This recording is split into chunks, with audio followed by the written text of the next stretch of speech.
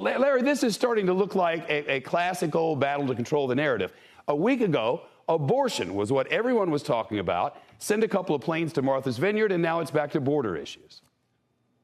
Yes, there's always that tug of war, Shep, in election campaigns. And I think particularly this year because things have changed. In the spring, it really did look like there was going to be a red tide, a Republican tide in both houses.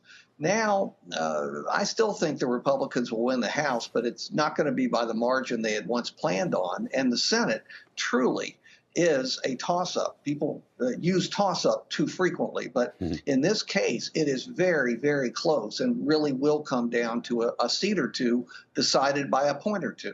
Explain the politics behind the president saying last night, "I don't know yet," to Scott Pelley. Well, I'm not sure there was a lot of politics behind that. I just think he gave an honest answer. And politicians don't always do that.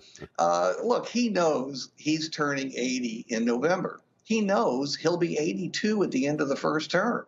He knows if he ran and won a second term, he'd be 86 at the end of that term. He said he's a respecter of fate because look how many bad things have happened to loved ones of his. And so he's going to measure it and decide whether he's healthy enough to run, whether he feels like he could do a second term and do it justice. I think that was a good answer, and I hope that is true, that he has not firmly decided because he doesn't know the future. No one knows the future. That's a fact. You know, here's another thing that we're watching. NBC News reports the Virginia Governor Glenn Youngkin is going to go stump for Kari Lake in Arizona.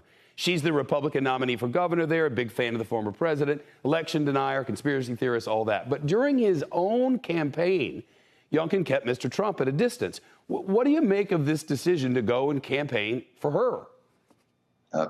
Youngkin is either running for president or positioning himself to be vice president on the Republican ticket. When he was running in Virginia, he was running in a moderate state, even moderate liberal. And so he had to keep Trump at a distance, at least to a certain degree. Well, now his constituency is Republican. He can only serve one 4-year term as governor. He's running for national office. So he knows he has to associate with these more extreme Republicans, and Kari Lake is certainly in that category. I think a lot of people here in this state, Virginia, are very surprised that he's doing this, and he's campaigned for a whole series of election deniers, although she may be more extreme than most. Yeah, it indicates that she just might be. Larry Sabato, thanks so much. It's good to talk to you. Shepard Smith here. Thanks for watching CNBC on YouTube.